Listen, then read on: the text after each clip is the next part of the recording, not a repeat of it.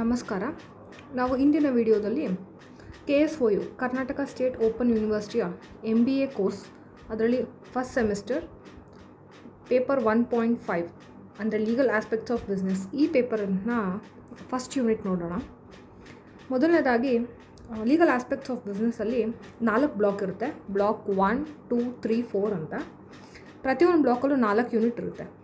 ಹಾಗಾಗಿ ಒಟ್ಟಿಗೆ 16 ಯೂನಿಟ್ ಇರುತ್ತೆ. ಇವತ್ತಿನ ವಿಡಿಯೋ ಬಂದು ಲಾ ಆಫ್ ಕಾಂಟ್ರಾಕ್ಟ್ ನೇಚರಲ್ಲಿದೆ. ನಾನು ಈ ವಿಡಿಯೋನ ಅವ್ರು ಕೊಟ್ಟಿರೋ ನೋಟ್ಸಿಂದಾನೇ ಸಿಂಪ್ಲಿಫೈ ಮಾಡಿ ಡೆಫಿನಿಷನ್ ಏನು ಬರೀಬೇಕು ಒಂದು ಸಣ್ಣ ಬ್ರೀಫಾಗಿ ಈ ಶಾರ್ಟ್ ಆ್ಯಂಡ್ ಸ್ವೀಟಾಗಿ ಮುಗಿಸೋಕ್ಕೆ ಪ್ರಯತ್ನ ಪಡ್ತೇನೆ. ಹಾಗೆ ಫಸ್ಟ್ ಬ್ಲಾಕ್ ಅಂದರೆ ಯಾವುದು ಅಂದರೆ basics of law of contract ಅಂತ. ಲಾ ಆಫ್ ಕಾಂಟ್ರಾಕ್ಟ್ ಹೇಗಿರಬೇಕು ಅಂತ ಇರೋದು. ಮೊದಲನೇದು ಇಂಟ್ರೊಡಕ್ಷನ್. ಸೊ ಕಾಂಟ್ರಾಕ್ಟ್ ಅಂದರೆ ಏನು ಅಂತ ಕೇಳಿದ್ದಾರೆ. ನಮಗೆಲ್ಲರಿಗೂ ಗೊತ್ತು ಕಾಂಟ್ರಾಕ್ಟ್ ಅಂದರೆ ಏನು. ಅದು ಇಬ್ಬರು ವ್ಯಕ್ತಿಗಳ ಮಧ್ಯೆ ನಡೆಯುವಂಥ ಅಗ್ರಿಮೆಂಟು ಬಿಸ್ನೆಸ್ ಪರ್ಪಸ್ಗಾಗಿ. ಇದು ಒಂದು ಬಹಳ ಇಂಪಾರ್ಟೆಂಟ್ ಪರ್ಪಸ್ ಆಗುತ್ತೆ. ಯಾಕಂದರೆ ಅಗ್ರಿಮೆಂಟಲ್ಲಿ ಏನಿದೆಯೋ ಅದನ್ನು ಎರಡೂ ಪಾರ್ಟಿಗಳು ಅಬೈಡ್ ಮಾಡಬೇಕಾಗತ್ತೆ, ಅಂದರೆ ಫಾಲೋ ಮಾಡಬೇಕಾಗತ್ತೆ. ಸೊ ಹಾಗಾಗಿ ಕಾಂಟ್ರಾಕ್ಟ್ ಭಾಳ ಇಂಪಾರ್ಟೆಂಟ್ ಆಗುತ್ತೆ. ಹಾಗೆ ಆ ಕಾಂಟ್ರಾಕ್ಟಲ್ಲಿ ಎಫೆಕ್ಟಿವ್ ಪ್ಲ್ಯಾನ್ಸ್ ಇರಬೇಕು. ಅಂದರೆ ಯಾವುದು ಸಾಧ್ಯ ಆಗುತ್ತೋ ಅದು ಮಾತ್ರ ಆ ಕಾಂಟ್ರಾಕ್ಟ್ ಅಗ್ರಿಮೆಂಟಲ್ಲಿ ಇರಬೇಕು. ಸಾಧ್ಯ ಆಗಿಲ್ದಿರೋದು ಇರಬಾರ್ದು. ಸೊ ಹಾಗಾಗಿ the commitment should be fulfilled ಅಂತ ಹೇಳ್ತಾರೆ. ಸೊ ಕಾಂಟ್ರಾಕ್ಟ್ ಅಂದ್ರೇನು, an agreement between 2 persons for business, ಓಕೆನಾ, for their effective business plans and their commitment should be fulfilled ಅಂತ ಹೇಳೋದು. ಹಾಗೆ ಈ ಕಾಂಟ್ರಾಕ್ಟು ಲೀಗಲಿ ಬೈಂಡಿಂಗ್ ಆಗಿರುತ್ತೆ ಆ ಪರ್ಸನ್ ಮೇಲೆ. ಒಂದು ವೇಳೆ ಅವ್ರೇನಾದರೂ ಆ ಕಾಂಟ್ರಾಕ್ಟ್ನ ಫುಲ್ಫಿಲ್ ಮಾಡೋಕ್ಕಾಗಿಲ್ಲ ಅಂದರೆ ನಾವು ಇಂಡಿಯನ್ ಕೋರ್ಟಲ್ಲಿ ಹೋಗ್ಬೋದು, ಸೂ ಮಾಡ್ಬೋದು ಅವ್ರನ್ನ. ಮೊದಲನೇದಾಗಿ ಬಂದಿದ್ದು ಇಂಡಿಯನ್ ಕಾಂಟ್ರಾಕ್ಟ್ ಆ್ಯಕ್ಟ್ ಅಂತ 1872 ಅಲ್ಲಿ. ಸೆಪ್ಟೆಂಬರ್ 1872 ಅಲ್ಲಿ ಇದು ಫೋರ್ಸಿಗೆ ಬಂತು ಓಲ್ ಆಫ್ ಇಂಡಿಯಾಗೆ. ಇವಾಗ ಭಾಳಷ್ಟು ಬೇರೆ ಬೇರೆ ಕಾಂಟ್ರಾಕ್ಟ್ ಎಲ್ಲ ಇದ್ದಾವೆ. ಓಕೆ, ಸೊ ಈ ಕಾಂಟ್ರಾಕ್ಟು ಹಿಸ್ಟ್ರಿ ನೋಡೋಣ ನಾವು. ಸೊ ನಾವು ನೋಡ್ದಂಗೆ ಇಂಡಿಯನ್ ಕಾಂಟ್ರಾಕ್ಟ್ ಆ್ಯಕ್ಟ್ 1872 ಅನ್ನೋದು ಬ್ರಿಟಿಷ್ ಅವ್ರು ಬಂದಮೇಲೆ ಆಗಿದ್ದು. ಇದಕ್ಕೂ ಮುಂಚೆ ಕಾಂಟ್ರಾಕ್ಟ್ ಅನ್ನೋದು ಎಲ್ಲಿತ್ತು ಅಂದರೆ ನಮ್ಮ ಏನ್ಷಂಟ್ ಇಂಡಿಯಾಲಿ ಇತ್ತು. ಅದು ಹಿಂದೂ ಲಾಲಿತ್ತು. ಹಿಂದೂ ಲಾಲಿ ಕೋಡ್ ಆಫ್ ಮನು ಅಂತ ಕೇಳಿದ್ದೀವಲ್ಲ. ಸೊ ಅದರಲ್ಲಿ ಆ ಕೋಡ್ ಆಫ್ ಮನುವಲ್ಲಿ ರಿಕವರಿ ಆಫ್ ಡೆಪ್ಟ್ಸ್ ಹೇಗೆ ಮಾಡೋದು ಅನ್ನೋದು ಸಹ ಇತ್ತು. ಹಾಗೆ duty of the person to pay the debts taken. ಪ್ರತಿಯೊಬ್ಬ ವ್ಯಕ್ತಿಯೂ ಸಹ ಯಾರ್ಯಾರು ಸಾಲ ತೊಗೊಂಡಿರ್ತಾರೋ ಅವ್ರು ವಾಪಸ್ ರೀಪೇ ಮಾಡಬೇಕು, ಅದು ಅವ್ರ ಡ್ಯೂಟಿ ಆಗಿರುತ್ತೆ. ಹಾಗೆ ಇದನ್ನು ಯಾರ್ಯಾರು ನೋಡ್ಕೊಳ್ಬೇಕು ಅಂದರೆ ರಾಜ ಆದವರು, ಆ ಕಿಂಗ್ಡಮ್ ಅಥವಾ ರಾಜ ಆದರೂ ಅದನ್ನು ಎನ್ಶೋರ್ ಮಾಡಬೇಕು, ನೋಡ್ಕೊಳ್ಬೇಕು, ಅಗ್ರಿಮೆಂಟ್ ಆಗಿದೆಯಾ ಅಂತ ನೋಡಬೇಕು. ಹಾಗೆ ಆ doctrine of offer and acceptance proceeding and agreement was recognised under the Hindu law. ಹಾಗಾಗಿ ಹಿಂದೂ ಲಾಲ್ ಏನೇನು ರೆಕಗ್ನೈಸ್ ಆಗಿತ್ತು ಅಂದರೆ ಡಾಕ್ಟ್ರೈನ್ ಆಫ್ ಆಫರ್ ಮತ್ತು ಎಕ್ಸೆಪ್ಟೆನ್ಸ್. ಒಬ್ಬರು ಆಫರ್ ಕೊಡ್ತಾರೆ, ಅದನ್ನು ಎಕ್ಸೆಪ್ಟ್ ಮಾಡಬೇಕು ಇನ್ನೊಂದು ಪಾರ್ಟಿ. ಇವೆರಡೂ ಸಹ ರೆಕಗ್ನೈಸ್ ಆಗಿದ್ದು ಹಿಂದೂ ಲಾಲಿ. ಸೊ ಹಿಂದೂ ಲಾಲಿ ಹೀಗೆ ಇದೇ ಥರ ಇಂಟ್ರೆಸ್ಟ್ ಆನ್ ಡೆಬ್ಟ್ಸು, ಶ್ಯೂರಿಟಿಶಿಪ್, ಆವಾಗಲೂ ಸಹ ಶ್ಯೂರಿಟಿ ಆಗ್ತಾಯಿದ್ರು ಯಾರಾದ್ರೊಬ್ಬ ವ್ಯಕ್ತಿ ತೊಗೊಂಡ್ರೆ. ಸೊ ಇವೆಲ್ಲ ಹಿಂದೂ ಲಾಲಿ ಏನ್ಷಂಟ್ ಇಂಡಿಯಾಲಿ ಇತ್ತು. ಇದಾದಮೇಲೆ ನೆಕ್ಸ್ಟ್ ನಮಗೆ ಬಂದಿದ್ದು ಯಾರು ಅಂದರೆ ಮೊಘಲರು, ಇಸ್ಲಾಂ ದೇಶದಿಂದ ಬಂದವರು. ಸೊ ಮುಸ್ಲಿಂ ರೂಲ್ ಇಂಡಿಯಾದಲ್ಲಿ ಸಹ ಇದನ್ನು ಇನ್ನೂ ಇನ್ಫ್ಲೂಯೆನ್ಸ್ ಆಯಿತು. ಯಾಕಂದರೆ ಅಲ್ಲಿ ಇನ್ನೂ ಡೆವಲಪ್ ಮಾಡಿದ್ರು ಅವರು ಥಿಯರಿ ಆಫ್ ಲಾ ಆಫ್ ಕಾಂಟ್ರಾಕ್ಟ್ನ. ಹಾಗೆ ಭಾಳಷ್ಟು ವಿಷಯಗಳನ್ನ ಅವ್ರು ಆ್ಯಡ್ ಮಾಡಿದ್ರು. ಏನು ಮೊಘಲ್ಸ್ ಆಗಲಿ, ಮುಸ್ಲಿಂ ರೂಲ್ ಯಾರ್ಯಾರು ಬರ್ತಾರೋ, ತುಗ್ಲಕ್ಸ್ ಆಗಲಿ, ಅವರೆಲ್ಲರೂ ಸಹ ಇದನ್ನು ಆ್ಯಡ್ ಮಾಡಿದ್ರು. ಇದಾದಮೇಲೆ ನೆಕ್ಸ್ಟ್ ಬಂದಿದ್ದು ಯಾರು ಅಂದರೆ ಬ್ರಿಟಿಷರು. ಅವರು ಚಾರ್ಟರ್ ಆ್ಯಕ್ಟ್ ಆಫ್ 1833 ಅಲ್ಲಿ ಲಾ ಆಫ್ ಕಮಿಷನ್ನ ಒಂದು ಅಪಾಯಿಂಟ್ ಮಾಡ್ತಾರೆ, ಹೇಗೆ ಇರಬೇಕು ಕಾಂಟ್ರಾಕ್ಟ್ ಅಂತ. ಸೊ ಅದರಲ್ಲಿ second report on the third law commission was devoted to the law of contract. ಹಾಗಾಗಿ second report of third law of commission ಆಗುತ್ತೆ, ಚಾರ್ಟರ್ ಆ್ಯಕ್ಟಲ್ಲೂ ಬರುತ್ತೆ. ಆಮೇಲೆ 1866 ಅಲ್ಲಿ ಸೆವೆರಲ್ ಅಮೆಂಡ್ಮೆಂಟ್ಸ್ ಆಗಿ ಕಡೆಗೆ 1872 ಅಲ್ಲಿ ಇಂಡಿಯನ್ ಕಾಂಟ್ರಾಕ್ಟ್ ಆ್ಯಕ್ಟ್ ರೂಪದಲ್ಲಿ ನಮ್ಮ ಇಂಡಿಯಾಲಿ ಇದು ರೂಪುಗೊಳ್ಳುತ್ತೆ. ಸೊ ಹಾಗಾದರೆ ಈ ಕಾಂಟ್ರಾಕ್ಟ್ ಅಂದರೆ ಏನು, ಇದನ್ನು ಆನ್ಸನ್ ಅನ್ನೋರು ಡಿಫೈನ್ ಮಾಡಿದ್ದಾರೆ ಕಾಂಟ್ರಾಕ್ಟ್ ಅಂದರೆ. ಸೊ ಕಾಂಟ್ರಾಕ್ಟ್ ಅಂದ್ರೇನು, it consist of actionable promises or promises. Every such promises involve 2 parties. ಇಬ್ಬರು ಪಾರ್ಟಿ, ಒಬ್ಬರು ಪ್ರಾಮಿಸರು, ಇನ್ನೊಂದು promise, and an expression of a common intention and an expectation to the act or forbearance promised. ಅದೇ ಇಬ್ಬರು ವ್ಯಕ್ತಿಗಳ ಮಧ್ಯ ಅಂತ. ಇನ್ ಶಾರ್ಟಲ್ಲಿ ಏನು ಹೇಳ್ತಾರೆ, Indian contract act section 2H ಏನು ಹೇಳುತ್ತೆ, an agreement enforceable by law is a contract. ಯಾವ್ದಾವ್ದು ಅಗ್ರಿಮೆಂಟು ಎನ್ಫೋರ್ಸಿಬಲ್ ಬೈ ಲಾಲಿ ಯಾವುದು ಎನ್ಫೋರ್ಸ್ ಆಗುತ್ತೋ ಅದನ್ನು ಕಾಂಟ್ರಾಕ್ಟ್ ಅಂತ ಹೇಳ್ತವೆ. ಹಾಗೆ ಅಗ್ರಿಮೆಂಟ್ ಅಂದರೆ ಏನು ಅದನ್ನು ಸಹ ಈ ಸೆಕ್ಷನಲ್ಲೇ ಎಕ್ಸ್ಪ್ಲೇನ್ ಮಾಡಿದ್ದಾರೆ. ಅದ್ಯಾವುದನ್ನು section 2E, every promise and every set of promises forming the consideration for each other is an agreement. ಒಂದು ಪ್ರಾಮಿಸು ಇಬ್ಬರು ವ್ಯಕ್ತಿಗಳ ಮಧ್ಯೆ ಯಾವುದು ಫುಲ್ಫಿಲ್ ಮಾಡ್ಬೋದು ಅದನ್ನು ಅಗ್ರಿಮೆಂಟ್ ಅಂತ ರೂಪದಲ್ಲಿ ನಾವು ಕನ್ಸಿಡರ್ ಮಾಡ್ಬೋದು. ಹಾಗೆ section 2Bಯಲ್ಲಿ when the person to whom the proposal is made signifies his assent thereto, the proposal is said to be accepted. Proposal ಯಾವಾಗ ಎಕ್ಸೆಪ್ಟ್ ಆಗುತ್ತೆ ಅನ್ನೋದು ಸಹ ಹೇಳಿದ್ದಾರೆ. ಆ proposal when accepted becomes a promise. So ಪ್ರಪೋಸಲ್ನ accept ಮಾಡಿದ್ರೆ ಅದು promise ಆಗುತ್ತೆ. ಹಾಗಾಗಿ 3 ಸೆಕ್ಷನ್ ಬರುತ್ತೆ, ಸೆಕ್ಷನ್ 2H, ಸೆಕ್ಷನ್ 2E ಮತ್ತು ಸೆಕ್ಷನ್ 2B. ಓಕೆ, ಸೊ ಹಾಗಾಗಿ contract is a bilateral transaction between 2 or more than 2 parties ಅಂತ ಹೇಳ್ಬೋದು, ಇಬ್ಬರು ಅಥವಾ ಇದಕ್ಕಿಂತ ಜಾಸ್ತಿ. ಎವ್ರಿ ಕಾಂಟ್ರಾಕ್ಟ್, ಪ್ರತಿಯೊಂದು ಕಾಂಟ್ರಾಕ್ಟ್ನು ಭಾಳ ಸ್ಟೇಜಸ್ ಇರುತ್ತೆ. ಮೊದಲನೇದಾಗಿ ಇಬ್ಬರು ಪಾರ್ಟಿಗಳು ಕೂತ್ಕೊಂಡು ಅವರು ಇಂಟ್ರೆಸ್ಟ್ ಏನು, ಬಿಸ್ನೆಸ್ ಇಂಟ್ರೆಸ್ಟ್ ಏನು ಅಂತ ಡಿಸ್ಕಸ್ ಮಾಡ್ತಾರೆ, ಅದನ್ನು ನೆಗೋಷಿಯೇಷನ್ ಅಂತ ಹೇಳ್ತಾರೆ. ಒಂದೊಂದೇ ಸ್ಟೆಪ್ಸ್ ತೊಗೊಂಡೋಗಿ ಪ್ರತಿಯೊಂದು ಈ ಥರ ಮಾಡ್ತೀವಿ ಆ ಥರ ಮಾಡ್ತೀವಿ ಅಂತ ಮಾತುಕತೆ ಆಗುತ್ತೆ. ಆಮೇಲೆ ಒಂದು ಡ್ರಾಫ್ಟ್ ಬರುತ್ತೆ, ಈ ಥರ ಮಾಡೋಣ ನಮ್ಮ ಬಿಸ್ನೆಸ್ಸಲ್ಲಿ ಅಂತ, ಅದನ್ನು ಪ್ರಪೋಸಲ್ ಅಂತಾರೆ. ಪ್ರಪೋಸಲ್ನ ಎಕ್ಸೆಪ್ಟ್ ಮಾಡ್ತಾರೆ. ಹಾಗೆ ಈ ಪ್ರಪೋಸಲ್ನ ಎಕ್ಸೆಪ್ಟ್ ಮಾಡಿ ಅಗ್ರಿಮೆಂಟ್ ಆಗುತ್ತೆ ಅವ್ರಿಬ್ಬರ ಮಧ್ಯೆ. ಈ ಅಗ್ರಿಮೆಂಟು ರೈಟಿಂಗಲ್ಲಾದರೂ ಇರ್ಬೋದು, ಓರಲ್ ಆದ್ರೂ ಇರ್ಬೋದು. ಆದರೆ ಒಂದು ವಿಷಯ ಏನಂದರೆ ಅವೆರಡೂ ಸಹ ಲಾ ಬೈಂಡಿಂಗ್ ಆಗಿ ಇರಬೇಕು. ಎಸ್ಪೆಷಲಿ ರಿಟರ್ನಲ್ಲಿದ್ದರಂತೂ ಅದು ಲಾ ಬೈಂಡಿಂಗ್ ಆಗೇ ಇರಬೇಕು. ಹಾಗೆ ಸೆಕ್ಷನ್ 10H ಇದು important. An agreement to be enforceable must fulfil the following conditions. Agreement ಏನಾದರೂ ನಾವು ಕೋರ್ಟ್ಗೆ ಹೋಗಬೇಕು, ಎನ್ಫೋರ್ಸಿಬಲ್ ಆಗಬೇಕು ಅಂದರೆ ಈ 6 ಪಾಯಿಂಟ್ನ ಅದು ಸ್ಯಾಟಿಸ್ಫೈ ಮಾಡಲೇಬೇಕು.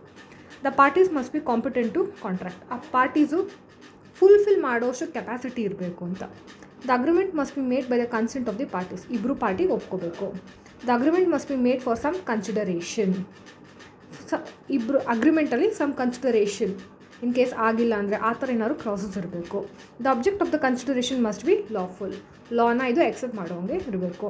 Agreement must not have been expressively declare to be void under the contract. Agreement ಯಾವುದಾದ್ರೂ ಲಾ ಅಲ್ಲಿ ವಾಯ್ಡ್ ಅಂದರೆ ಇಲ್ಲೀಗಲ್ ಅಂತ ಕನ್ಸಿಡರ್ ಆಗಿರಬಾರ್ದು ಅಂತ. Okay, in some special cases as provided by the law the agreement should be in writing or in the presence of witness or should be registered. ರೈಟಿಂಗಲ್ಲಿರಬೇಕು ಅಥವಾ presence of ವಿಟ್ನೆಸ್ಸಲ್ಲಿರಬೇಕು ಅಥವಾ registered ಆಗಿರಬೇಕು. ಈ 6 ಪಾಯಿಂಟ್ಸ್ನ fulfil ಮಾಡಿದ್ರೆ section 10 ಪ್ರಕಾರ agreement should B enforceable ಅಂತ ಹೇಳ್ತಾರೆ. ಹಾಗೆ ಈ ಕಾಂಟ್ರಾಕ್ಟಲ್ಲಿ ಭಾಳಷ್ಟು ವಿಧವಾಗಿದೆ. ಮೊದಲನೇ ಟೈಪ್ ಬಂದು ಬೇಸ್ಡ್ ಆನ್ ಎನ್ಫೋರ್ಸಿಬಿಲಿಟಿ. ಹೇಗೆ ನಾವು ಎನ್ಫೋರ್ಸ್ ಮಾಡ್ಬೋದು ಅಂದರೆ ಮೊದಲನೇದು ವ್ಯಾಲಿಡ್ ಕಾಂಟ್ರಾಕ್ಟ್. ವ್ಯಾಲಿಡ್ ಕಾಂಟ್ರಾಕ್ಟ್ ಅಂದ್ರೇನು? It is a enforceable by law. Simple ಆಗಿದೆ, ಇದನ್ನೊಂದು ನೆನ್ಪಿಟ್ಕೊಳ್ಳಿ. So in other words it is satisfied all the requirements of the contract. Section 10 6 points ಇತ್ತು ಅಲ್ಲ, 6 ಪಾಯಿಂಟ್ಸ್ ಇದ್ದರೆ ಅದನ್ನು ವ್ಯಾಲಿಡ್ ಕಾಂಟ್ರಾಕ್ಟ್ ಅಂತ ಹೇಳ್ತಾರೆ. ಇನ್ ನೆಕ್ಸ್ಟ್ ವೈಡ್ ಅಗ್ರಿಮೆಂಟ್ ಇದು ನೆನ್ಪಿಟ್ಕೊಳ್ಳಿ, agreement void. And agreement not enforceable by law. ಏನೋ ಒಂದು ಅಗ್ರಿಮೆಂಟ್ ಮಾಡ್ಕೋತಾರೆ ಬಿಸ್ನೆಸ್ಗೆ, ಆದರೆ ಅದು ಲಾ ಪ್ರಕಾರ ಅದು ತಪ್ಪಾಗಿರುತ್ತೆ, ಅದನ್ನು ವೈಡ್ ಅಗ್ರಿಮೆಂಟ್ ಅಂತ ಹೇಳ್ತಾರೆ. ಅಗ್ರಿಮೆಂಟ್ ಆಗಿರೋದ್ರಿಂದ ಇದಕ್ಕೆ ಲೀಗಲ್ ಕಾನ್ಸಿಕ್ವೆನ್ಸಸ್ ಇರೋದಿಲ್ಲ. Very important. Okay, next voidable contract. An agreement which is enforceable at the point of 1 or more parties there to but not at the option of the other or others is a voidable contract. ಇದು ಒಂದು ಸ್ವಲ್ಪ trick ಇದೆ. ವೈಡಬಲ್ contract ಅಂದರೆ ಏನು ಅಂದರೆ an agreement which is enforceable at the option of 1 or more parties thereto but not at the option of other or others is a voidable contract. ಅಂದರೆ voidable contract ಅಂದರೆ any one of the parties can make it void. ಅಂದರೆ null ಮಾಡ್ಬೋದು ಅಥವಾ ಹಾಗೆ ಇಟ್ಕೊಳ್ಬೋದು. ಓಕೆನಾ? So difference ಇದೆ. ಒಂದೊಂದು ಸತಿ ಏನಾಗುತ್ತೆ, ಪಾರ್ಟೀಸ್ಗೆ ಅಗ್ರಿಮೆಂಟಲ್ಲಿ ಏನಿದೆ ಅಂತ ಸರಿಯಾಗಿ ಗೊತ್ತಿರೋದಿಲ್ಲ. True nature of the elements in the contract ಗೊತ್ತಿರೋದಿಲ್ಲ ಒರಿಜಿನಲ್ ಇದ್ದಾಗ. ಸೊ ಅಂಥ ಟೈಮಲ್ಲಿ ಇದನ್ನು ಅವರು ಹೇಳ್ಬೋದು. ಅಥವಾ failure by one of the parties to disclosure the material fact ಏನಿರ್ಬೋದು, ಅಥವಾ ಮಿಸ್ಟೇಕ್ ಆಗಿರ್ಬೋದು, ಫ್ರಾಡ್ ಆಗಿರ್ಬೋದು, ಅಂಥ ಕೇಸಸಲ್ಲಿ ವೈಡಬಲ್ ಕಾಂಟ್ರಾಕ್ಟ್ ಅಂತ ಹೇಳ್ತಾರೆ. Next wide contract. A contract which ceases to be enforceable by law becomes void when it ceases to be enforceable. Void agreement ಮತ್ತು void contract ಎರಡೂ different. Void contract ಅಂದರೆ ಏನು ಅಂದರೆ which ceases to be enforceable by law. ಅಂದರೆ contract ಆಗಿರುತ್ತೆ, ಲಾ ಬಂದಮೇಲೆ ಅದು ceases ಆಗುತ್ತೆ ಅಂತ. ಸೊ ಈ ವೈಡ್ ಕಾಂಟ್ರಾಕ್ಟಲ್ಲಿ ಏನು ಅಂದರೆ ಮೊದಲನೇದಾಗಿ ಅದು ಎನ್ಫೋರ್ಸ್ ಮಾಡ್ಬೋದು, ಬಟ್ ಆಮೇಲೆ ಬರ್ತಾ ಲಾಸ್ ಏನಾದ್ರು ಚೇಂಜ್ ಆದರೆ ಅದು ವಾಯ್ಡ್ ಆಗುತ್ತೆ ಅಂತ ಹೇಳೋದು, ಅಂದರೆ ಸೀಸಸ್ ಟು ಬಿ ಎನ್ಫೋರ್ಸಿಬಲ್ ಅಂತ. ಸೊ ವಾಯ್ಡ್ ಕಾಂಟ್ರಾಕ್ಟು ಅಗ್ರಿಮೆಂಟು ಎರಡು ಡಿಫ್ರೆಂಟು. ಓಕೆನಾ. ಅನ್ಎನ್ಫೋರ್ಸಿಬಲ್ ಕಾಂಟ್ರಾಕ್ಟ್ಸ್ ಅಂದರೆ these are the contracts which cannot be enforced by court of law because of some technical defects. ಅವರೇ ಕೊಟ್ಟಿದ್ದಾರೆ, ಟೆಕ್ನಿಕಲ್ ಡಿಫೆಕ್ಟ್ಸಿಂದ ಎನ್ಫೋರ್ಸ್ ಮಾಡೋಕ್ಕಾಗಲ್ಲ, ಅದನ್ನು ಅನ್ಎನ್ಫೋರ್ಸಿಬಲ್ ಕಾಂಟ್ರಾಕ್ಟ್ಸ್ ಅಂತ ಹೇಳ್ತೀವಿ. ಇನ್ನು ನೆಕ್ಸ್ಟ್ ಇಲ್ಲೀಗಲ್ ಕಾಂಟ್ರಾಕ್ಟು, ಇದೇನು ಲೀಗಲಲ್ಲಿ ಇರೋದಿಲ್ಲ, ಇಲ್ಲೀಗಲ್ ಇರೋದ್ರಿಂದ ಇಲ್ಲೀಗಲ್ ಕಾಂಟ್ರಾಕ್ಟ್ಸ್ ಅಂತ ಹೇಳ್ತೀವಿ. ಎರಡನೇ type based on method of formation, formal contract. Formal contract ಅಂದರೆ ಇಂಗ್ಲೀಷ್ ಕ್ಲಾಸಲ್ಲಿ ಹಿಡಿದು ಫಾರ್ಮಲಿ ಇರುತ್ತೆ, ಅಂದರೆ contract under seal, contract under records ಅಂತ ಬರುತ್ತೆ, ಕಾಂಟ್ರಾಕ್ಟ್ ಆಫ್ ರೆಕಾರ್ಡ್ಸ್ ಅಂತ ಬರುತ್ತೆ. ಅಂದರೆ ಕೋರ್ಟ್ ಜಡ್ಜ್ಮೆಂಟ್ಸು, ಒಬ್ಲಿಗೇಷನ್ಸ್ ಇರುತ್ತೆ, ಜಡ್ಜ್ಮೆಂಟ್ ಇರುತ್ತೆ, ರಿಟರ್ನ್ ಇರುತ್ತೆ, ಅಂಥದ್ದನ್ನು ಫಾರ್ಮಲ್ ಕಾಂಟ್ರಾಕ್ಟ್ಸ್ ಅಂತ ಹೇಳ್ತಾರೆ. ಸೊ ಈ ಥರ ಫಾಲೋನ್ ಆಫ್ ಮಾಡಲಿಲ್ಲ ಅಂದರೆ ಅದನ್ನು ಸಿಂಪಲ್ ಕಾಂಟ್ರಾಕ್ಟ್ ಅಂತ ಹೇಳ್ತಾರೆ. Next based on extent of performance, executed contracts. An executed contract is one which has been completed by both the ಪಾರ್ಟರ್ಸ್. ಎರಡು ಕಾಂಟ್ರಾಕ್ಟು ಫುಲ್ಫಿಲ್ ಆಗಿದ್ದರೆ, ಕಂಪ್ಲೀಟ್ ಆಗಿದ್ದರೆ, ಪೂರೈಸಿದರೆ ಅದನ್ನು ಎಕ್ಸಿಕ್ಯೂಟೆಡ್ ಕಾಂಟ್ರಾಕ್ಟ್ ಅಂತ ಹೇಳ್ತಾರೆ. Next executory contract. Executory contract it is a contract which is wholly unperformed, ಮಾಡಿಲ್ಲ, complete ಮಾಡಿಲ್ಲ, ಅದನ್ನು ಎಕ್ಸಿಕ್ಯೂಟರಿ ಕಾಂಟ್ರಾಕ್ಟ್ ಅಂತ ಹೇಳ್ತಾರೆ. ಒಂದು ಪಾರ್ಟಿ ಮಾಡಿದ್ರೆ ಇರ್ಬೋದು ಇಂಥ ಕೇಸಲ್ಲಿ. ಓಕೆನಾ. ಕಂಪ್ಲೀಟ್ ಆಗಿದ್ರೆ ಎಕ್ಸಿಕ್ಯೂಟೆಡು, ಕಂಪ್ಲೀಟ್ ಆಗಿಲ್ಲ ಅಂದರೆ executory contract. Next based on obligation, unitary contract. ಏನು ಯೂನಿಟರಿ ಅಂದರೆ only one. Under this type of contract there is an obligation only on the party of one of the party. ಒಬ್ಬರ ಮೇಲೆ ಮಾತ್ರ obligation ಇರುತ್ತೆ, ಅಂದರೆ fulfil ಮಾಡುವಂಥ agreement ಇರುತ್ತೆ. Next bilateral contract ಅಂದರೆ ಎರಡೂ ಪಾರ್ಟಿ ಒಪ್ಕೊಳ್ಬೇಕು, ಎರಡೂ ಪಾರ್ಟಿ ಆಬ್ಲಿಗೇಷನ್ ಇರುತ್ತೆ, ಫುಲ್ಫಿಲ್ ಮಾಡಲೇಬೇಕು ಅನ್ನೋದು. Okay. Next proposal or offer and acceptance. Proposal ಅಂದ್ರೇನು, ಆಫರ್ ಅಂದ್ರೇನು, ಎಕ್ಸೆಪ್ಟೆನ್ಸ್ ಅಂದ್ರೇನು. A proposal is defined as when one person signifies to another his willingness to do or abstain from doing it with a view to obtain the assent of that other to such act or substance is said to make a proposal. Proposal ಅಂದ್ರೇನು,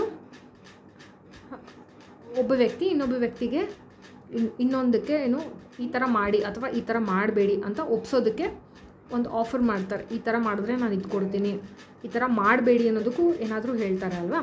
so ಇದನ್ನು proposal ಅಂತ ಹೇಳ್ತಾರೆ. ಇದನ್ನು Indian ಕಾಂಟ್ರಾಕ್ಟಲ್ಲಿ ಆ್ಯಕ್ಟಲ್ಲಿ ಸಹ ಏನು use ಮಾಡಿದ್ದಾರೆ. So ಇಲ್ಲಿ ಇಬ್ಬರು ಇರ್ತಾರೆ, ಯಾರು promisor or offeror. Okay. Next person to whom offer is made, ಯಾರು offeree and the person accepting it. ಒಬ್ಬರು ಪ್ರಾಮಿಸ್ ಮಾಡೋರು, ಅವ್ರೇನು ಮಾಡ್ತಾರೆ, ಇನ್ನೊಬ್ರಿಗೆ ಈ ಥರ ಆಫರ್ ಕೊಡ್ತಾರೆ. ಸೊ ಇವರು ಎಕ್ಸೆಪ್ಟ್ ಮಾಡೋರು ಅಲ್ವಾ, ಇಬ್ಬರು ಇರ್ತಾರೆ ಎಕ್ಸೆಪ್ಟ್ ಮಾಡೋರು. ಒಬ್ಬರು ಪ್ರಾಮಿಸ್ ಮಾಡೋರು, ಇನ್ನೊಬ್ಬರು ಎಕ್ಸೆಪ್ಟ್ ಮಾಡೋರು, ಇಬ್ಬರು ಇರ್ತಾರೆ. ಓಕೆನಾ. Next classification of offer. General offer it is an offer made to the public in general ಆಗಿ ಇದು ಮಾಡೋದು. Section 8 of Indian contract act ಪ್ರಕಾರ ಏನೇನಿರುತ್ತೋ ಇದನ್ನು ಜನರಲ್ ಆಫರ್ ಅಂತ ಹೇಳ್ತಾರೆ. ಸ್ಪೆಷಲ್ ಆಫರ್ ಅಂದರೆ ಇದು ಒಬ್ಬರೇ ಡೆಫಿನೆಟ್ ಪರ್ಸನ್ಗೆ ಮಾಡೋದು, ಸ್ಪೆಸಿಫಿಕ್ ಪರ್ಸನ್ಗೆ ಮಾಡೋದು for the acceptance of proposal. Next cross offer. When two parties exchange identical offer in ignorance at the time of each other's offers. ಇಬ್ಬರು ಏನಾದರೂ ಎಕ್ಸ್ಚೇಂಜ್ ಮಾಡಿಕೊಂಡ್ರೆ it is not binding contract in such cases. ಇದು legal binding ಆಗೋದಿಲ್ಲ ಆವಾಗ. ಓಕೆನಾ.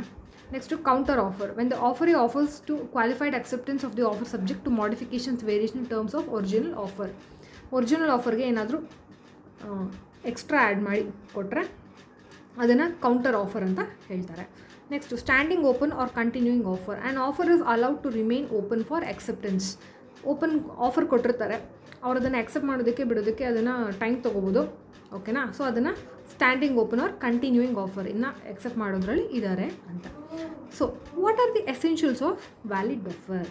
The terms of offer must be definite, yes, unambiguous and certain or capable of being made certain. ಇದು definition important. So definite ಏನು ಸಿಂಪಲ್ಲಾಗಿ ಹೇಳಬೇಕಂದ್ರೆ ಆಫರಲ್ಲಿ ಏನಿದೆ ಅಂತ ಸ್ಪಷ್ಟವಾಗಿ ತಿಳಿಸಿರಬೇಕು. ಓಕೆನಾ. ಕನ್ಫ್ಯೂಷನ್ ಇರಬಾರ್ದು. ಓಕೆ. ಆಮೇಲೆ ಅದೇ ಆಫರ್ನಲ್ಲಿ ಏನು ಇಲ್ಲೀಗಲ್ ಆಗಿರೋವಂಥದ್ದು, ಅನ್ಸರ್ಟನ್, ಹಿಂಗಿದ್ರೆ ಹಿಂಗಾಗ್ಬೋದು ಆ ಥರ ಎಲ್ಲ ಇರಬಾರ್ದು.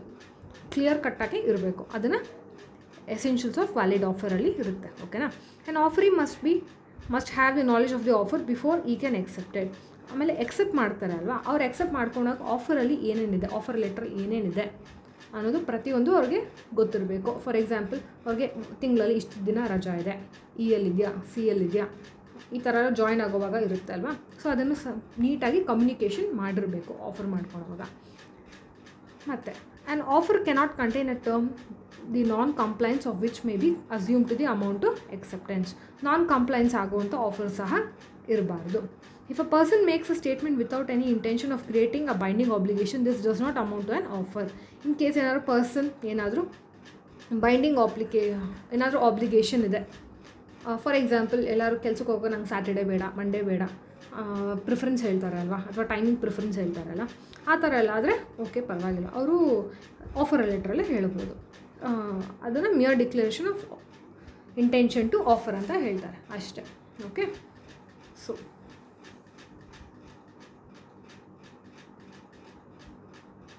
next, where two parties make identical offers to each other in ignorance of each other's, this does not result in contract. Such offers are known as cross offers. ಆದರೆ ಇಬ್ಬರು party ಒಂದೇ ಥರ offer ಕೊಡ್ತಾರೆ, ಅದನ್ನು ಆಕ್ಸೆಪ್ಟ್ ಮಾಡ್ಕೊಳೋಕ್ಕೆ ಆಗೋದಿಲ್ಲ, ಆವಾಗ acceptance of the other ಆಗುತ್ತೆ. The offer must be made with a view to obtain acceptance. accept ಮಾಡ್ಕೊಳ್ಳೋ ಹಾಗೆ ಇರಬೇಕು ಆಫರು ಸಹ. The offer must be made with the intention of creating legal relationship. Very important. Okay. Next, the offer must be communicated to the offer before it is accepted. This is true both specific and general offers. Yes. If no time is fixed by the offeree within which the offer is to be accepted, okay. Offer ಕೊಡ್ತಾರೆ, ಅವ್ರಿಗೆ time ಕೊಡ್ತಾರೆ, ಒಂದು ವಾರದಲ್ಲೋ ಒಂದು 2-3 ದಿನದಲ್ಲೋ accept ಮಾಡಿ ಅಂತ. ಅವ್ರು accept ಮಾಡ್ಕೊಳೋವರೆಗೂ offer open ಆಗಿರುತ್ತೆ. Indefinite period ಆಗಿ ಓಪನ್ ಆಗಿರೋದಿಲ್ಲ, ಒಂದು ಸ್ಪೆಸಿಫಿಕ್ ಟೈಮ್ ಇರುತ್ತೆ. ಓಕೆನಾ. ಈ ಥರ ಆಫರ್ ಇರಬೇಕು ಅಂತ ಹೇಳ್ತಾ ಇರೋದು ಎಸೆನ್ಷಿಯಲ್ಸ್ ಆಫ್ ಆಫರಲ್ಲಿ. And offer must be distinguish from a mere invitation to offer. ಆಫರಲ್ಲಿ ಇದಿದೆ ಅನ್ನೋದಕ್ಕೂ ಆಫರಲ್ಲಿ ಪ್ರತಿಯೊಂದು ಕ್ಲಾಸ್ ನಾವು ಕಂಪ್ನಿಯಲ್ಲಿ ಈ ರೂಲ್ಸ್ ಫಾಲೋ ಮಾಡ್ತೀವಿ ಪ್ರತಿಯೊಂದನ್ನು ಸಹ ಅವರು ಕ್ಲಿಯರಾಗಿ ಹೇಳಿರಬೇಕು ಅಂತ ಹೇಳೋದು. ಓಕೆ. ಆಫರ್ ಕೊಡ್ತಾರಪ್ಪ. Next, acceptance of an offer. when the person to whom the offer is meant signifies to assent thereto, the offer is said to be accepted. ನೀವು ಆಫರ್ ಕೊಡ್ತೀರಾ, ಆ ವ್ಯಕ್ತಿ ಪ್ರತಿಯೊಂದೂ ಓದ್ತಾರೆ. ಕಂಪ್ನಿಯಲ್ಲಿ ಕೊಟ್ಟಾಗ ಆಬ್ಲಿಗೇಷನ್ಸ್ ಏನಿದೆ, ಏನೇನು ಲಾ ಫಾಲೋ ಮಾಡಬೇಕು, ಟೈಮಿಂಗ್ಸ್ ಏನು, ಹೀಗೆ ಒಬ್ಬೊಬ್ರಿಗೆ ಒಂದೊಂದು ಕನ್ಸರ್ನ್ ಇರುತ್ತೆ ಅಲ್ವಾ. ಅವ್ರು ಅದನ್ನೆಲ್ಲ ಓದಿ ಎಕ್ಸೆಪ್ಟ್ ಮಾಡಾದ್ಮೇಲೆ ಅದನ್ನು acceptance ಆಫ್ ಎನ್ ಆಫರ್ ಅಂತ ಹೇಳ್ತಾರೆ. They give assent to the proposal. acceptance ಕೊಡ್ತಾರೆ ಅಂತ ಹೇಳೋದು. ಎಸೆನ್ಷಿಯಲ್ಸ್ ಆಫ್ ವ್ಯಾಲಿಡ್ acceptance ಏನು ಅಂದರೆ, it must be absolute and unqualified and according to exact terms of the offer. ಏನು ಅವ್ರು ಎಕ್ಸೆಪ್ಟ್ ಮಾಡೋವಾಗ ಆಫರರ್ಗೆ ಕಮ್ಯುನಿಕೇಟ್ ಮಾಡಬೇಕು, ಹಾಗೆ ಅದು ಅವ್ರು ಏನು ಹೇಳ್ತಾರೆ ಅಲ್ವಾ, ಎಕ್ಸೆಪ್ಟ್ ಮಾಡ್ತಾರೆ ಅಲ್ವಾ, ಆವಾಗ ಕ್ಲಿಯರಾಗಿ ಸ್ಪಷ್ಟವಾಗಿ ತಿಳಿಸ್ಬೇಕು, ಎರಡೂ ಒಂದೇ. ಓಕೆನಾ. It must be according to the mode the offer. In case ಅವ್ರು ರಿಟರ್ನಲ್ಲಿ ಕೊಟ್ಟಿದ್ರೆ ಆಕ್ಸೆಪ್ಟೆನ್ಸ್ ಆಫರು ಸಹ ರಿಟರ್ನಲ್ಲೇ ಇರಬೇಕು, ಓರಲ್ ಆಗಿದ್ದರೆ ಓರಲ್ ಆಗೇ ಇರಲಿ. It must be given the time specified, if any it must be given with reasonable time. In case offer accept ಮಾಡೋದನ್ನ late ಮಾಡಿಕೊಂಡ್ರೆ ಅವ್ರು ರೀಸನ್ನ ಮೆನ್ಷನ್ ಮಾಡಬೇಕಾಗುತ್ತೆ. ಆಫರ್ ಟೈಮ್ ಲ್ಯಾಪ್ಸ್ ಆಗೋದಕ್ಕೆ ಮುಂಚೆ ಸಹ ಕೊಡಬೇಕಾಗುತ್ತೆ. ಒಂದು ವಾರದೊಳಗಡೆ ಇಳಿಂದ್ರೆ 2 ವಾರ ಬಿಟ್ಟು ಬಂದರೆ ಆಫರ್ ಟರ್ಮಿನೇಟ್ ಆಗಿಬಿಟ್ಟಿರುತ್ತೆ ಅಥವಾ ವಿಡ್ರಾ ಮಾಡ್ಕೊಂಡಿರ್ತಾರೆ ಅಂತ. It must be given to the person to whom the offer is made. ಯಾರು ಆಫರ್ ಮಾಡ್ತಾರೋ ಅವ್ರಿಗೆ ಎಕ್ಸೆಪ್ಟ್ ಮಾಡ್ಕೊಳ್ಬೇಕು definitely. Okay. Next, revocation of proposal and acceptance. ಇದು section 5 okay. A proposal may be revoked at any time before the communication of its acceptance is complete as against the proposal, but not afterwards. Okay. Offer letter ಕೊಡ್ತೀವಿ, ಅವ್ರು accept ಮಾಡಬೇಕು. ಓಕೆನಾ. ಅವ್ರು accept ಮಾಡಾದ್ಮೇಲೆ ನಾವು revoke ಮಾಡ್ತೀವಿ ಅಂತ ಅನ್ನೋದು ತಪ್ಪಾಗುತ್ತೆ. Okay. And acceptance may be revoked at any time before the communication of the acceptance is complete as against the acceptor. ಅದನ್ನೇ ಅವರು ಎಕ್ಸೆಪ್ಟ್ ಮಾಡಿದ್ದೀನಿ ಅನ್ನೋದಕ್ಕೆ ಮುಂಚೆ ಏನಾದರೂ ಅವರು ಆಫರನ್ನು ಚೇಂಜ್ ಮಾಡೋದು ಏನಾದರೂ ಮಾಡ್ಬೋದು, ಅಥವಾ ರಿವೋಕ್ ಮಾಡ್ಬೋದು ಅಥವಾ ಹಿಂದೆ ತೊಗೋಬೋದು. ಅವ್ರು ಎಕ್ಸೆಪ್ಟ್ ಮಾಡಾದ್ಮೇಲೆ ಇಲ್ಲ ಇವಾಗ ಆಗೋದಿಲ್ಲ ಅಂತೆಲ್ಲ ಹೇಳಬಾರ್ದು. Okay.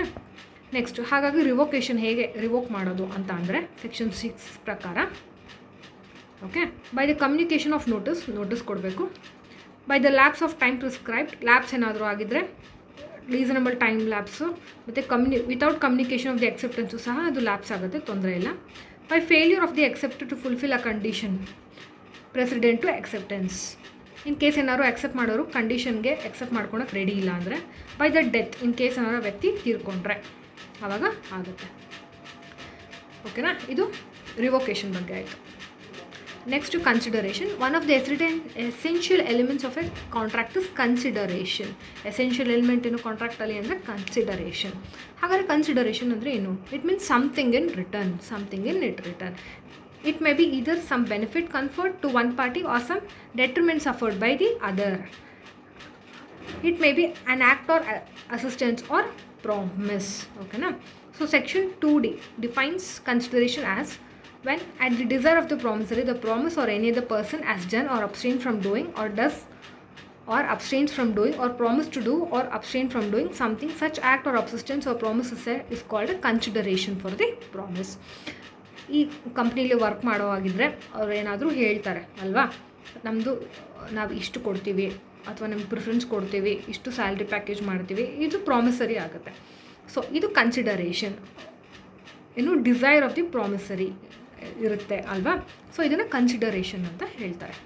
So an agreement without consideration is not enforceable and therefore is void. Very important ಇದು. Okay, an agreement without consideration, main part ಏನು ಅಗ್ರಿಮೆಂಟಲ್ಲಿ ಕನ್ಸಿಡರೇಷನ್ನೇ, ಅದೇ ಎನ್ಫೋರ್ಸ್ ಆಗಿಲ್ಲ ಅಂದರೆ ಹಾಗಾಗಿ ಅಗ್ರಿಮೆಂಟೇ ವಾಯ್ಡ್ ಆಗುತ್ತೆ ಅಂತ. ಸೊ ಹಾಗಾದರೆ ಎಸೆನ್ಷಿಯಲ್ ರಿಕ್ವೈರ್ಮೆಂಟ್ಸ್ ಆಫ್ ಕನ್ಸಿಡರೇಷನ್ ಏನೇನು? Consideration must move at the desire of the promisor. Consideration must be offered by the promise or the third party at the desire or request of the promisor. An act done at the desire of third party is not a consideration. So consideration ಅನ್ನೋದು offer ಮಾಡೋರು main term ಏನಿದೆ ಅವ್ರ offer ಲೆಟ್ರಲ್ಲಿ ಅದನ್ನು ಹೇಳಬೇಕು. Third party ಮಾಡಿದ್ರೆ consider ಆಗೋದಿಲ್ಲ ಅಂತ. Consideration from promise or any other person. In India, consideration may proceed from the promise or any other person who is not a party to the party. The definition of the consideration makes that proposal clear. So ಈ ಕನ್ಸಿಡರೇಷನ್ನು ಒಬ್ಬರಿಂದ ಒಬ್ಬರಿಗೆ ಸಹ ಪಾರ್ಟಿಗೂ very ಆಗ್ಬೋದು. Definition ಪ್ರಕಾರ ಏನಾಗುತ್ತೆ ಅಂದರೆ, when a desire of the promisor, ಯಾರು promise ಮಾಡ್ತಾರಲ್ಲ ಅವ್ರಿಗೇನಾದರೂ ಒಂದು ಡಿಸೈರ್ ಅಂತ ಹೇಳ್ತಾರೆ, ಅಂದರೆ ಅವ್ರಿಗೆ ಏನು ಬೇಕೋ ಅದು ಅವ್ರು ಅದನ್ನು ಪ್ರಾಮಿಸ್ ಮಾಡಿರ್ತಾರೆ, ಅದನ್ನು ಆ್ಯಕ್ಟ್ ಆಫ್ ಕನ್ಸಿಡರೇಷನ್ ಅಂತ ಅಂತಾರೆ. ಸೊ ಏನು ಹೇಳ್ಬೋದು, in other words there can be a stranger to a consideration but not stranger to a contract. So ಕನ್ಸಿಡರೇಷನ್ಗೆ ಯಾರಾದರೂ ಒಬ್ಬರು ಥರ್ಡ್ ಪಾರ್ಟಿನೂ ಸಹ ಹೇಳ್ಬೋದು, ಅದನ್ನು ಸ್ಟ್ರೇಂಜರ್ ಅಂತ ಹೇಳೋದು, ಬಟ್ ಕಾಂಟ್ರ್ಯಾಕ್ಟ್ಗೆ ಯಾರೂ ಸ್ಟ್ರೇಂಜರ್ ಆಗೋದಿಲ್ಲ ಅಂತ. Okay, executive and executory consideration. ಏನು consideration which consist the performance of an act is set to be executed. In case ಏನಾದರೂ ಎಕ್ಸಿಕ್ಯೂಟೆಡ್ ಆಗಿದ್ದರೆ ಇಲ್ಲೊಂದು ಎಕ್ಸಾಂಪಲ್ ಕೊಟ್ಟಿದ್ದಾರೆ ನೋಡಿ. A pays 5,000 to B and B promises to deliver to him in a certain quantity of wheat within a month. Okay, in the case A pays the amount where as B merely makes a promise, therefore the consideration paid by A is executed as paid by executory. A ಇಂದ ಬಿಗೆ 5,000 ಕೊಟ್ಟಿದ್ದಾರೆ. Okay, ಅದೇ B ಏನು ಮಾಡುತ್ತೆ, wheat ಕೊಡ್ತೀನಿ ಅಂತ ಹೇಳಿರುತ್ತೆ. ಏನೋ 5,000 rupees ಕೊಟ್ಟಿದೆ, ಆದರೆ ಬಿ ವೀಟ್ ವಾಪಸ್ ಕೊಟ್ಟಿಲ್ಲ. ಹಾಗಾಗಿ ಏನೋ ಆ್ಯಕ್ಟ್ ಏನಾಗಿದೆ, ಎಕ್ಸಿಕ್ಯೂಟೆಡ್ ಅಂದರೆ ಕಂಪ್ಲೀಟ್ ಆಗಿದೆ. ಬಿನ ಕೊಟ್ಟಿಲ್ಲ, ಪ್ರಾಮಿಸ್ ಮಾತ್ರ ಮಾಡೋದಾದರೆ ಕೊಟ್ಟಿಲ್ಲ. ಸೊ ಇದು ಕನ್ಸಿಡರೇಷನಲ್ಲಿ ಇನ್ನೂ ಇದೆ. ಓಕೆನಾ, ಸೊ ಇದು ಎಕ್ಸಿಕ್ಯೂಟರಿ ಆಗುತ್ತೆ, ಇನ್ನೂ ಆನ್ ದ ವೇ ಆಗುತ್ತೋ ಇಲ್ಲೋ ಗೊತ್ತಿಲ್ಲ. ಓಕೆ, ನೆಕ್ಸ್ಟ್ ಪಾಸ್ಟ್ ಕನ್ಸಿಡರೇಷನ್ ಅಂದರೆ ಆಗಿರ್ಬೋದು ಅಥವಾ ಹಳೇದಿದು, ಇದು ಕಂಪ್ಲೀಟ್ ಆಗಿದ್ರೂ ಇರ್ಬೋದು, ಅಬ್ಸ್ಟೈನ್ ಫ್ರಮ್ ಡೂಯಿಂಗೂ ಆಗಿರ್ಬೋದು. ಓಕೆನಾ,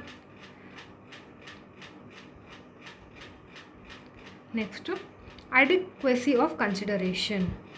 consideration need not be any particular value ಇರಬೇಕಾಗಿಲ್ಲ. It can be exchanged also ಅಂತ. Performance of what one is legally bound to perform. So ಒಬ್ಬ ವ್ಯಕ್ತಿ ಲೀಗಲಿ ಬೌಂಡೆಡ್ ಆಗಿ ಅವರು ಕನ್ಸಿಡರೇಷನ್ ಮಾಡಿರಬೇಕು. ಇನ್ ಕೇಸ್ ಅವ್ರು ಪರ್ಫಾರ್ಮ್ ಮಾಡೋಕ್ಕಾಗಿಲ್ಲ ಅಂದರೆ ಅದು ಲೀಗಲಿ ಬೌಂಡ್ ಆಗುತ್ತೆ ಅಂತ ಹೇಳ್ತಾರೆ. ಆಮೇಲೆ ಇನ್ನೊಂದೇನಂದರೆ, performance of an act by person is legally bound to perform the same cannot be consideration for a contract. ಒಬ್ಬ ವ್ಯಕ್ತಿಯ ಪರ್ಫಾರ್ಮೆನ್ಸನ್ನು ಲೀಗಲಿ ಬೌಂಡೆಡ್ ಆಗಿ ಸೇಮ್ ಪರ್ಫಾರ್ಮ್ಗೆ ಆಗಿರುತ್ತೆ. ಅವರೇನಾದರೂ ಕಾಂಟ್ರ್ಯಾಕ್ಟಲ್ಲಿ ಮೆನ್ಷನ್ ಮಾಡಿದರೆ ಅದು ಲೀಗಲಿ ಬೈಂಡಿಂಗ್ ಆಗಿರುತ್ತೆ. ಅಗ್ರಿಮೆಂಟ್ ಆಗಿದ್ದರೆ ಪರವಾಗಿಲ್ಲ ಅಂತ. Okay, next no consideration effects. Consideration must not be unlawful. Obviously unlawful ಆಗಿರ್ಬೋದು, ಇಮ್ಮಾರಲ್ ಆಗಿರ್ಬೋದು, ಪಬ್ಲಿಕ್ ಪಾಲಿಸಿಗೆ ಎಫೆಕ್ಟ್ ಆಗಿರೋಂಥ ಆಗಬಾರ್ದು. ಸೊ ನೋ ಕನ್ಸಿಡರೇಷನ್ ಎಫೆಕ್ಟ್ಸ್, ಇದು ಸೆಕ್ಷನ್ 25 ಬರೋದು. An agreement made without consideration is void. Consideration ಇಲ್ಲ ಅಂದರೆ ಅಗ್ರಿಮೆಂಟ್ ಆಗುತ್ತೆ. ಅನ್ಲೆಸ್ ಅಲ್ಲಿವರೆಗೂ ಎಲ್ಲಿವರೆಗೂ agreement without unless it is in writing or ರಿಜಿಸ್ಟರ್ಡಲ್ಲಿ ಇಲ್ಲ ಅಂದರೆ ವಾಯ್ಡ್ ಆಗುತ್ತೆ. It is expressed in writing, time of enforcement, registration of documents ಇರಬೇಕು, ಆ್ಯಕ್ಟ್ ಆಫ್ ನ್ಯಾಚುರಲ್ ಲವ್ ಆಗಿದ್ದು, ಸ್ಟ್ಯಾಂಡಿಂಗ್ ಇನ್ ನಿಯರ್ ರಿಲೇಷನ್ ಏನಾದರೂ ಆಗಿದ್ದರೆ ಮಾತ್ರ ಇದು ಅಗ್ರಿಮೆಂಟ್ ನಿಲ್ಲುತ್ತೆ ಅಂತ. Or is a promise to compensate for something done. It is a promise to compensate in case compensate ಮಾಡ್ತೀವಿ ಅಂತ ಪ್ರಾಮಿಸ್ ಮಾಡಿದರೆ, ಓಕೆನಾ. Or a promise to pay a ಡೆಪ್ಟ್ barred by limitation law. It is a promise made in writing or signed by the charged within as in general specially authorised in that behalf. In case behalf ಏನಾದರೂ ಮಾಡಿದರೆ ಮಾತ್ರ ಅದು ಏನು consideration ಇರುತ್ತೆ, ಇಲ್ಲ ಅಂದರೆ ಅದು ಕನ್ಸಿಡರೇಷನ್ ಆಗೋದಿಲ್ಲ. ಓಕೆ, ಸೊ ಹಾಗೆ ರೈಟಿಂಗಲ್ಲಿ ಕೊಟ್ಟಿರಬೇಕು ಆದಷ್ಟು. ಆಮೇಲೆ ವಾಲಂಟ್ರಿಯಿಂದ ಆಗಿರಬೇಕು. ನೇಚರ್ ಆಫ್ ಲವ್ ಅಥವಾ ರಿಜಿಸ್ಟ್ರೇಷನ್ ಆಫ್ ಡಾಕ್ಯುಮೆಂಟ್ಸಿಂದ ಇರಬೇಕು. ಎರಡು ಪಾರ್ಟಿಗಳ ಮಧ್ಯೆ ಅಂಡರ್ಸ್ಟ್ಯಾಂಡಿಂಗ್ ಇರಬೇಕು. ಓಕೆ, ಸಿಂಪಲಾಗಿ ಹೇಳ್ಬೇಕಂದ್ರೆ. Next, capacity of parties. Any one cannot enter in to a contract. So ಹಾಗಾಗಿ ಯಾರು ಬೇಕಾದ್ರೂ ಕಾಂಟ್ರಾಕ್ಟ್ ಮಾಡ್ಕೊಳ್ಬೋದಾ? No, definitely. ಸೊ ಮೊದಲನೇದಾಗಿ is the age of the majority ಏನು ಆ ವ್ಯಕ್ತಿ, ಇನ್ನೊಂದೇನು ಸೌಂಡ್ ಮೈಂಡ್ ಆಗಿರಬೇಕು, physically and mentally especially fit ಆಗಿರಬೇಕು. ಆಮೇಲೆ ಕಾಂಟ್ರಾಕ್ಟಿಂಗ್ ಲಾ ಪ್ರಕಾರ ಅವರು ಯಾವುದಾದ್ರೂ ಕೋರ್ಟಿಂದ ಏನಾದರೂ ನೋಟಿಸ್ ಕನ್ವಿಕ್ಟ್ ಆಗಿರಬಾರ್ದು, ಓಕೆನಾ. ಸೊ ಡಿಸ್ಕ್ವಾಲಿಫೈ ಆಗಿರಬಾರ್ದು ಅಂತ. ಸೊ ಇನ್ ಕೇಸ್ ಏನಾದರೂ ಮೈನರ್ ಆಗಿದ್ದರೆ ಏನು ಮಾಡೋದು? ಮೈನರ್ ಆಗಿದ್ದರೆ ಸೆಕ್ಷನ್ 3 ಹೇಳುತ್ತೆ ಏನು, Indian majority act of 1875 every person is a minor. ಯಾರ್ಯಾರು ಮೈನರು? ಲೆಸ್ ದೆನ್ 18 ಇಯರ್ಸ್ ಇರೋರಲ್ಲ ಮೈನರು. ಸೊ ಅಂಥ ಮೈನರ್ಗೆ ಏನಾಗುತ್ತೆ, person or property or both the guardian has been appointed under the guardian and wards act. ಅವ್ರ guardian ಇರ್ತಾರೆ, superintendents ಅವರು ಆಗಿರ್ತಾರೆ. ಅವ್ರು 18 ಇಯರ್ಸ್ ಆಗೋವರೆಗೂ ಅಥವಾ 21 ಇಯರ್ಸ್ ಆಗೋವರೆಗೂ ಅವ್ರ ಗಾರ್ಡಿಯನ್ನೇ ನೋಡ್ಕೋತಾರೆ. ಸೊ ಹಾಗಾಗಿ ಮೈನರ್ ಜೊತೆ ಏನಾದರೂ ಅಗ್ರಿಮೆಂಟ್ ಮಾಡ್ಕೊಳಾಗಿದ್ದರೆ ಲಾ ಏನೇನು ಮಾಡಬೇಕು ಅಂದರೆ, ಲಾ ಅಲ್ಲಿ ಏನೇನು ಚೇಂಜ್ ಆಗಿರುತ್ತೆ ಮತ್ತು ಅಗ್ರಿಮೆಂಟಲ್ಲಿ ಏನೇನು ಚೇಂಜ್ ಆಗಿರುತ್ತೆ ಅಂದರೆ, the law of estoppels do not apply against a minor. So minor ಯಾವಾಗಲೂ ಪ್ಲೀಡ್ ಮಾಡ್ಬೋದು, ಏನು ಅವ್ರ ಮೇಜರ್ಗೆ ಬಂದಮೇಲೆ ನಾನು ಮೈನರ್ ಆಗಿದ್ದಾಗ ಈ ಥರ ಆಗಿತ್ತು ಅಂತ ಅವರು ಮಿಸ್ರೆಪ್ರೆಸೆಂಟೇಷನ್ ಬಗ್ಗೆ ಅವರು ಹೇಳ್ಬೋದು ಅಂತ ಹೇಳಿ. ಆಮೇಲೆ doctrine of restitution does not apply against a minor. So doctrine of estoppels and doctrine of restitution ಇವೆರಡು ಅಪ್ಲೈ ಆಗೋಲ್ಲ. ಸೊ ಮೆಜಾರಿಟಿ ಬಂದಮೇಲೆ ಅವ್ರ ಅಪ್ರೂವಲ್ ಅಥವಾ ಕನ್ಫರ್ಮೇಷನ್ ಇರಬೇಕು. Next, a minor cannot confirm an agreement made by him during minority on attaining majority. So minor ಇದ್ದಾಗ ಅವ್ರ ಒಂದು ಅಗ್ರಿಮೆಂಟ್ಗೆ accept ಮಾಡ್ಬೋದು ಅಥವಾ ರಿಜೆಕ್ಟ್ ಮಾಡ್ಬೋದು. ಅವ್ರ ಮೈನರ್ ಇದ್ದಾಗ ಮೇಜರ್ ಆದಮೇಲೆ ಅದನ್ನು ಚೇಂಜ್ ಮಾಡೋಕ್ಕಾಗಲಿಲ್ಲ. ಇನ್ ಕೇಸ್ ಅದನ್ನು ಚೇಂಜ್ ಮಾಡಬೇಕು ಅಂತ ಅಂದರೆ ಅವರು ಫ್ರೆಶ್ ಅಗ್ರಿಮೆಂಟೇ ಮಾಡ್ಕೊಳ್ಬೇಕಾಗತ್ತೆ. ಆಮೇಲೆ contract beneficial to minor. So minor is entitled to enforce a contract which is of some benefit to him. Minority is a personal privilege and minor can take advantage of it and bind other parties. ಮೈನರ್ಗೆ advantage ಆಗಿ ಸಹ ನಾವು agreement ಮಾಡ್ಕೊಳ್ಬೋದು. Minor as an ಏಜೆಂಟಾಗೂ ಸಹ appoint ಮಾಡ್ಬೋದು, but personally liable ಆಗಿರೋದಿಲ್ಲ. Minors liability for necessities. If somebody has supplied a minor or is dependence on necessity, minors property is liable. In case ಏನಾದರೂ minor ಏನಾದರೂ liable ಅಂತ ಹಾಕಿದರೆ, ನಾನು ಇದು ಮಾಡ್ಕೊಡ್ತೀನಿ ಅಂತ ಹಾಕಿದರೆ ಅವ್ರ ಪ್ರಾಪರ್ಟಿನೂ ಸಹ ನಾವು ಮುಟ್ಗಳು ಹಾಕ್ಕೋಬೋದು ಅಂಥ ಟೈಮಲ್ಲಿ ಅಂತ. ಇನ್ ಕೇಸ್ ಏನಾದರೂ contract by a person of unsound mind ಆಗಿದ್ದರೆ ಅವ್ರಿಗೆ ಇಂಡಿಯನ್ ಕಾಂಟ್ರಾಕ್ಟ್ ಆ್ಯಕ್ಟ್ ಪ್ರಕಾರ incapable of entering into contract ಅಂತ ಹೇಳ್ತಾರೆ. ಅವ್ರ ಕಾಂಟ್ರಾಕ್ಟ್ನ ತೊಗೊಳಕ್ಕಾಗೋದಿಲ್ಲ ಅವ್ರನ್ನ. Okay, so next other disqualified ಯಾರ್ಯಾರು ಆಗ್ಬೋದು ಅಂದರೆ ಏಲಿಯನ್ ಎನಿಮಿ. ಯಾರು ಏಲಿಯನ್ ಎನಿಮಿ ಅಂದರೆ ನಮ್ಮ ಶತ್ರು ದೇಶಗಳು. ಆಮೇಲೆ ಫಾರಿನ್ ಸೋವ್ರಿನ್ ಆ್ಯಂಡ್ ಅಂಬಾಸಿಡರ್ಸ್, ಅವರು ಸಹ ಕಾಂಟ್ರಾಕ್ಟಲ್ಲಿ ಬರೋಕ್ಕಾಗಲ್ಲ. ಇವರೆಲ್ಲ ಬೇರೆ ದೇಶದ ರೆಪ್ರೆಸೆಂಟೇಟಿವ್ಸ್ ಆಗಿರ್ತಾರೆ. ಹಾಗೆ ಅವ್ರಿಗೆ ಸರ್ಟನ್ ಪ್ರಿವಿಲೇಜಸ್ ಆ್ಯಂಡ್ ಇಮ್ಯುನಿಟೀಸ್ ಇರುತ್ತೆ ಕಂಟ್ರೀಸಲ್ಲಿ, ಹಾಗಾಗಿ ಎಕ್ಸೆಪ್ಟ್ ಮಾಡೋದಿಲ್ಲ. ನೆಕ್ಸ್ಟು ಕೋರ್ಟಿಂದ ಕನ್ವಿಕ್ಟ್ ಆಗಿರೋದು ಅಥವಾ ಜೈಲಲ್ಲಿರೋರು.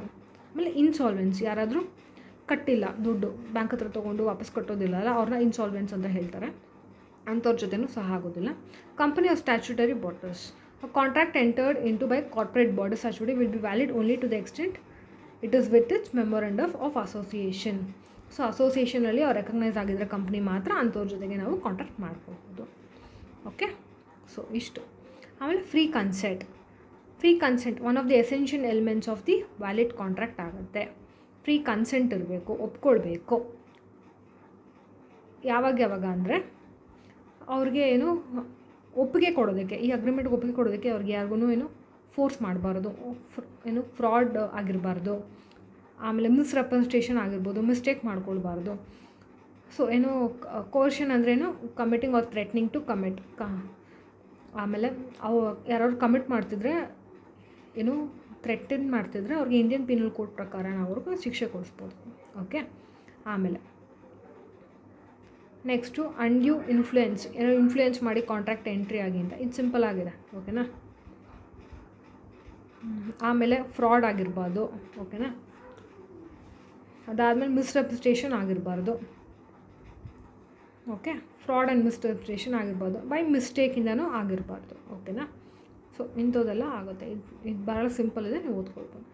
ಸೊ ಈ ಮೊದಲನೇ ಚಾಪ್ಟರಲ್ಲಿ to fulfil the requirements of the contract ನಾವೇನೇನು ಓದಿದ್ದೀವಿ ಅಂದರೆ ಇಬ್ಬರು ಪಾರ್ಟಿಗಳ ಪ್ಲೇ ಏನಾಗಿದೆ ವೈಟಲ್ ಆಗಿದೆ.